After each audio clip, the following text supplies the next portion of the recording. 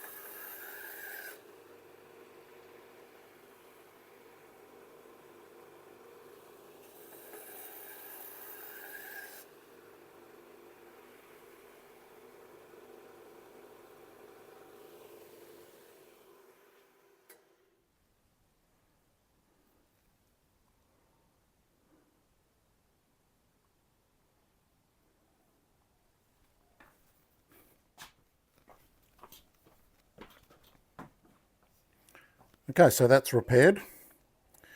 And you'll see there was a little dent still left over there, but that'll be taken out in the sharpening. The bevel will run straight over that. So I'm going to sharpen this one at 30 degrees, which is 15 degrees per side. So I'll set the angle finder at 15 because it measures per side. Line it up on the knife. It needs to come up a little bit.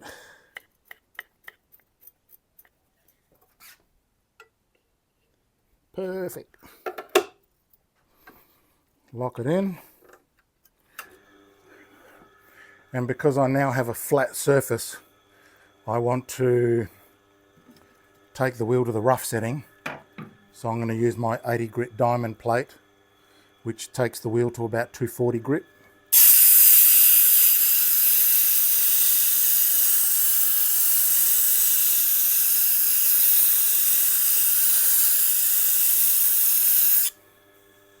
It raises the grain of the wheel.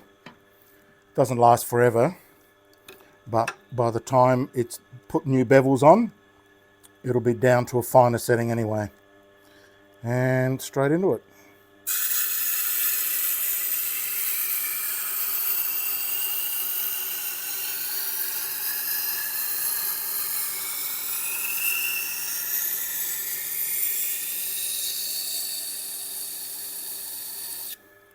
A quick note about this wheel, it's spinning towards me, and there are some users who are horrified at this. They think I'm going to stab myself when it catches. Well, a couple of things. First of all, the angle is so low that it's not going to catch. Second of all, this is only spinning at 100 RPM, so it's very slow. It's not like a normal high-speed grinder. So thank you for your concern, but I'll be fine. I've done thousands of them.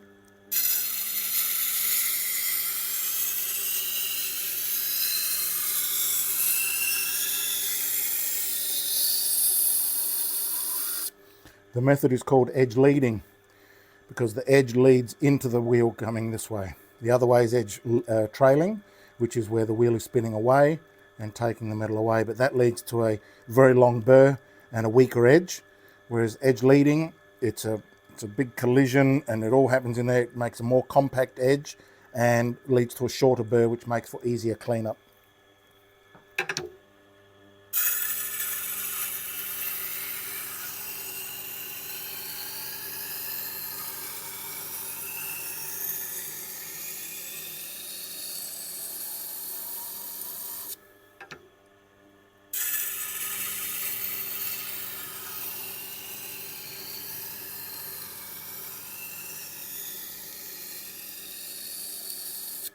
When I'm starting with such a squared off edge, it's okay to do a couple of passes per side until you start to feel a burr.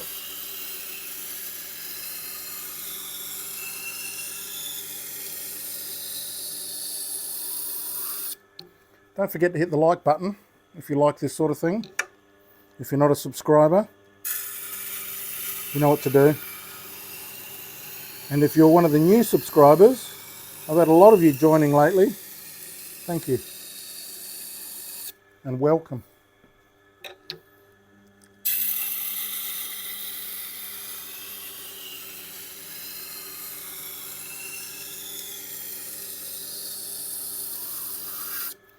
My aim is to become the premier Tormek knife sharpening channel on YouTube.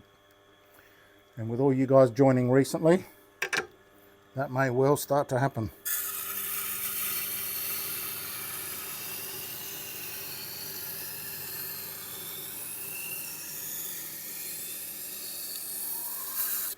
But even if I just help you, still worth it for me.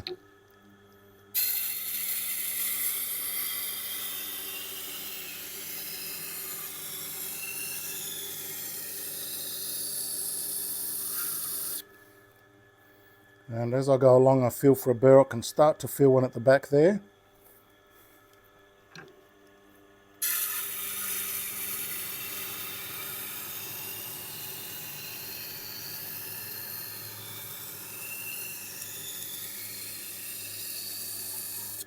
And I keep going one side then the other, alternating until I can feel a strong, undeniable burr.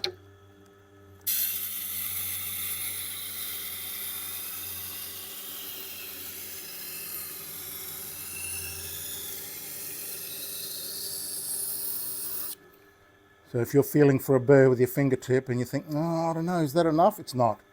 It's got to be obvious and super big.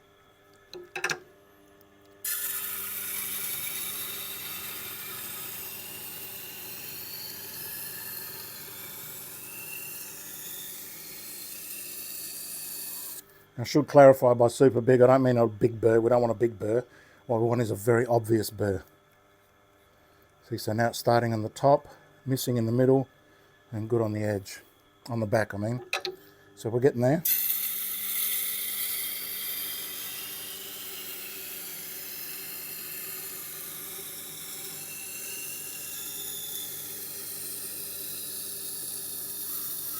You don't want to move too fast. You want to move slow, steady, give the wheel a chance to grind and do its job.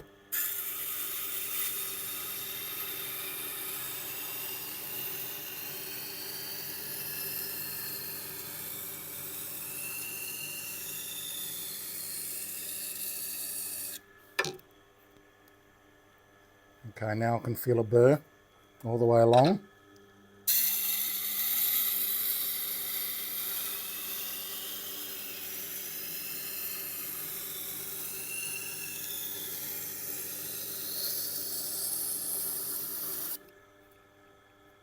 Now I can feel a good, strong, undeniable burr.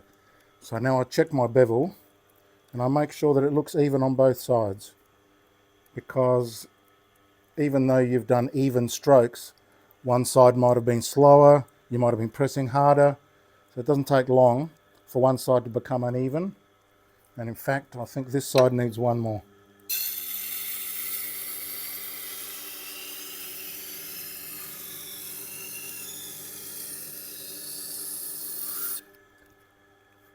Beautiful. That chip is entirely gone now, but we're not finished. We now have to refine that edge. So I reduce the grain of the wheel to a 320 diamond plate, which takes the wheel to about 1000 grit.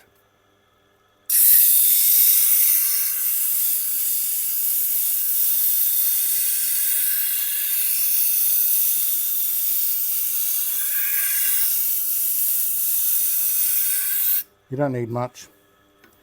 And that'll knock down the grains that were raised previously by the 80 grit.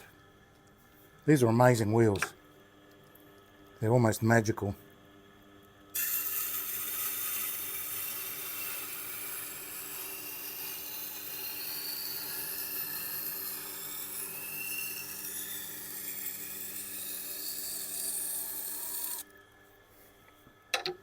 Doesn't need much. A couple of passes per side.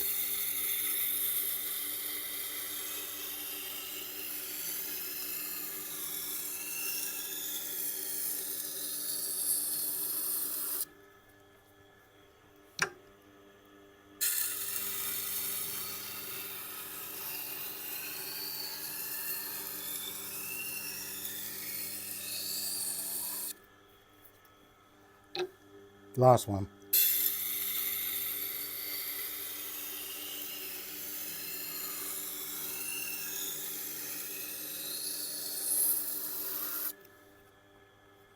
Nice. Wipe it down. Inspect. Looks magnificent. And before we go over to the honing wheel, I'll bring it over, you can have a look.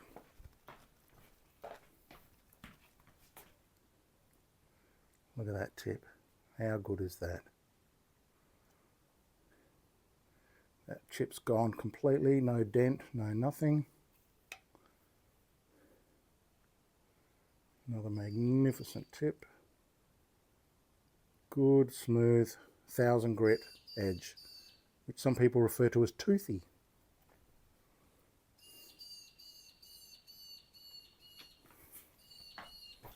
So now onto the honing wheel. This wheel knocks off the burr, but we're not finished.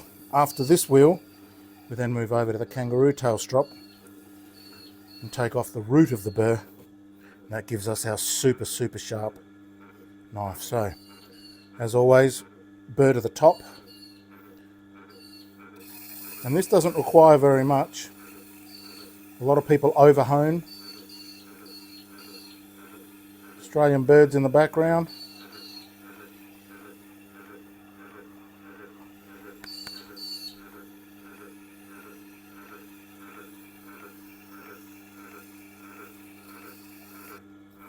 Just a couple of passes before we check.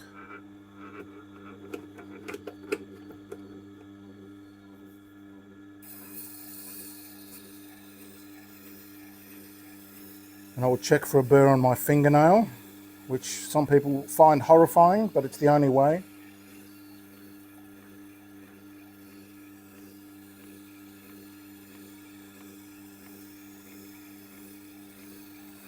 The first time you check, you should still feel a few burrs left over, and that tells you that you're creeping up on it. You don't want to take all the burrs off straight away on the first step, because then you may have gone too far. You can still feel a few little burrs there.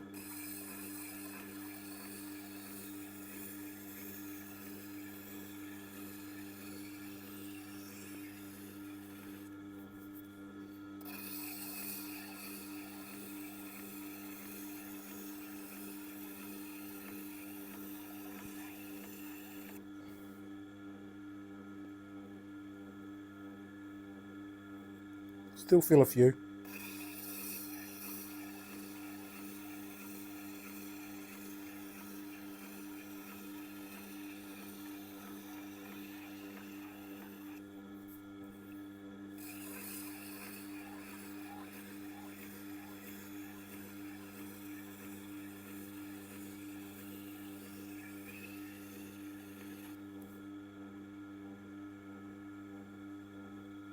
Smooth as ice.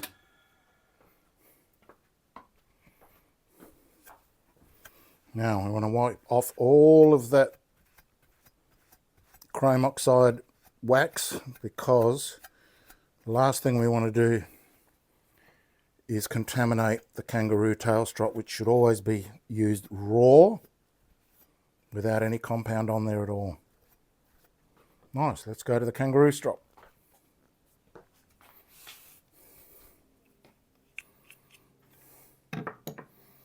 Get my rolling papers. And just to prove to you again that this works, let's try it before the kangaroo strop and see what sort of catching we get.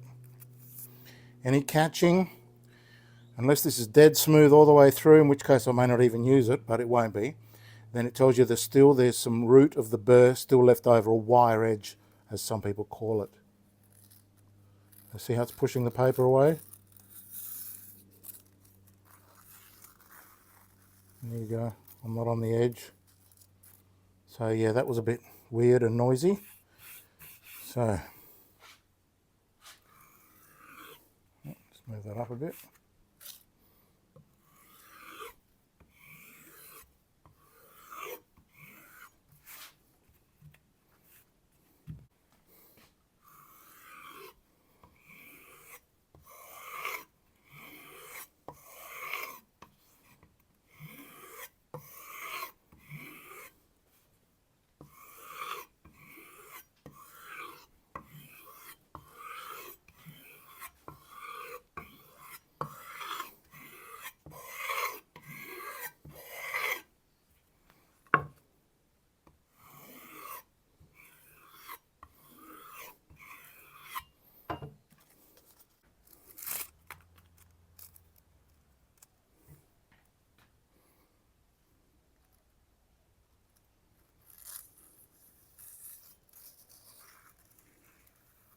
Not bad.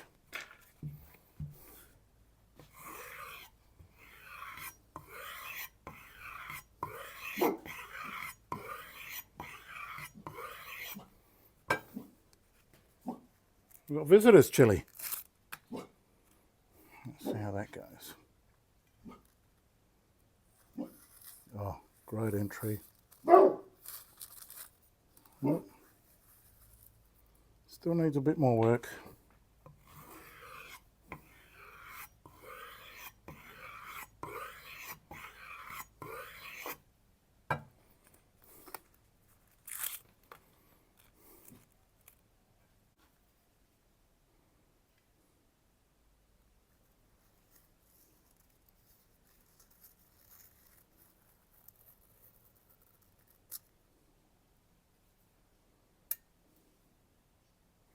Perfect. So that's fully repaired.